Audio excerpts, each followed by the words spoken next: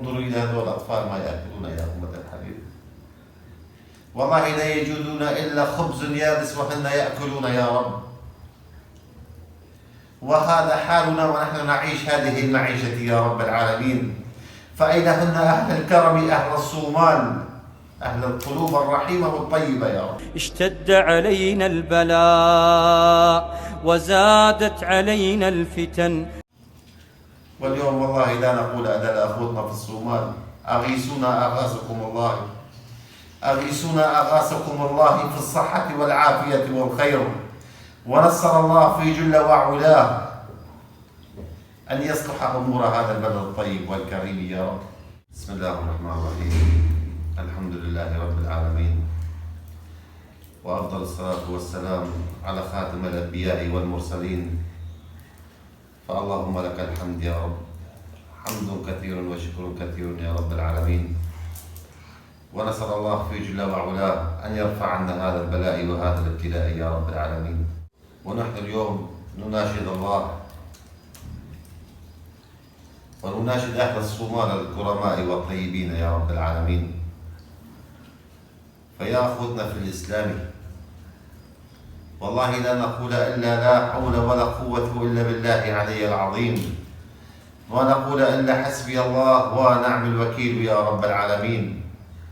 فيا أمة الحبيب، كما تنظرون في عينكم إلى هذه الأسرة يا رب،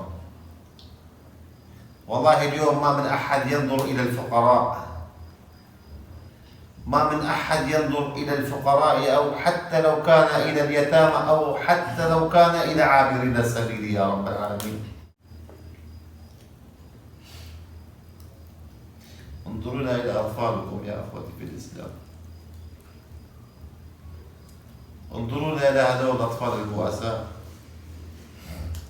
والله ما أتيناكم حتى لو كان بفيز، لا والله، والله ما أتينا إلى هذه الديار حتى لو كان في سياحة يا رب.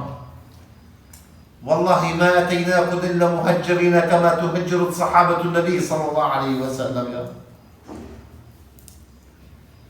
قد أتيناكم مهجرين من بلد إلى بلد إلى بلد إلى آخر، قد قطعنا الجبال وقطعنا البحور ونحن نستغيث ونقول يا الله.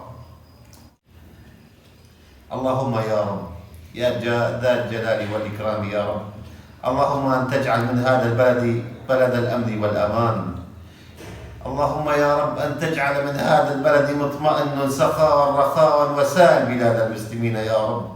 اللهم يا رب أن تشفي كل مريض، وأن تعافي كل عليل، وأن تشفي كل مريض يا ذا الجلال والإكرام يا رب العالمين. اللهم يا رب هذه هي رسالتنا ونحن نوصلها إلى العالم في أكمله يا رب. اللهم أني بلغت يا الله، اللهم أني بلغت يا رب. اللهم يا رب أن ترد المقتربين في كل مكان إلى هذا البلد الطيب والكريم يا رب.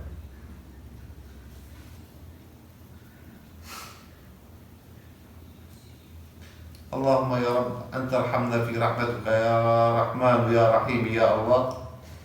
اللهم يا رب أن تفرج الهموم في أهل الصومال يا رب.